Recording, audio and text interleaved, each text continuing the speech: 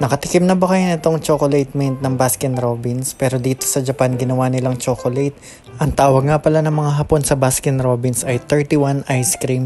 Kapag sasabihin mong Baskin Robbins, hindi nila marirecognize yun until makita na yung picture. Sa kanila ko lang din nalaman na may 31 flavors pala ang Baskin Robbins, kaya nila tinawag na 31. Kung mahilig kayo sa Choco Mint, baka magustuhan nyo to kasi ito yung flavor nito at limited edition lang siya na ginawang chocolate. Dito sa Japan, hati yung mga tao sa chocolate mint kasi iba nagsasabi lasang toothpaste daw.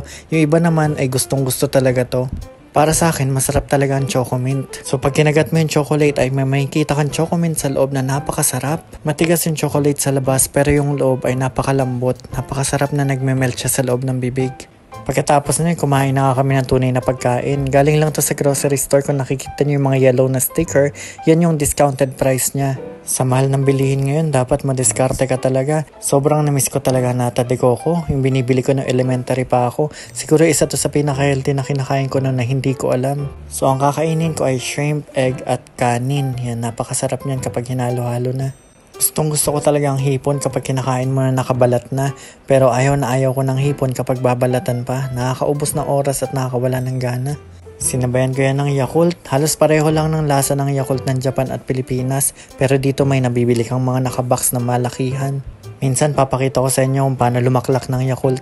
Ang sa misis ko naman ay gyudon. Ito yung beef, rice, tapos may konting vegetables. Tapos kumain pala siya niyang barbecue na paborito niya. Nakalahati na halos ng misis ko yung isang stick nung malaman namin na ito pala ay galing sa puwet ng manok.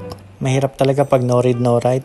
Ito naman isa sa mga mochi ng Japan na napakasarap. Para lang siyang sticky rice tapos pinapalibutan siya ng brown powder. Hindi siya ganong matamis pero ang sarap ng texture niya. Kinako pala yung tawag dun sa mochi na yun. Pagkatapos nga namin kumain ay pumunta kami sa beach habang hindi pa masyadong maaraw. Summer na kasi dito sa Japan, talagang napakainit na. Kaya nga pumunta na kami sa Filipino store para kumain ng halo-halo. Napakasarap nito. Bumalik talaga lahat ng memories ko sa Pilipinas nung binibili ko pa to sa kapitbahay namin. Sa sobrang adik ko sa halo-halo nung bata ako ay binibigyan na lang ako ng kapitbahay namin. Kaso ang malungkot sa halo-halo sa Japan ay walang ube. Yun pa naman yung pinakahinahanap-hanap ko talaga. Ganun pa man, masarap talaga ang halo-halo at babalik kami dito. Pumunta kami sa isang mall para magpalit ng SIM card. Habang hinihintay namin yung mga kausap namin ay nagmerienda muna kami. Melon pan pala ang tawag dito. Yung sa akin ay melon at chocolate. Napakasarap niya. May iba't ibang klase ng melon pan dito. Pag sinabing tinapay na melon, ay lasang melon siya pero iba't iba ang flavor na kasama niya. Yung misis ko paborito talaga niya ang melon pan lang na pure. Pag pupunta kayo sa Japan, wag niyong kakalimutan na tikman ang melon pan nila dahil napakasarap nito. Matapos namin magpalit ng SIM card ay pumunta na kami sa aming dinner date. Naisipan ng asawa ko na kumain sa Indian restaurant so pumunta kami dito sa Gandhi restaurant. Ito isa sa pinakasikat na Indian restaurant dito sa banda sa amin. May pa-appetizer silang salad, napakasarap nito at dito pa lang parang halos busog na ako. Sobrang bango at linamnam talaga ng mga curry ng Indian restaurant.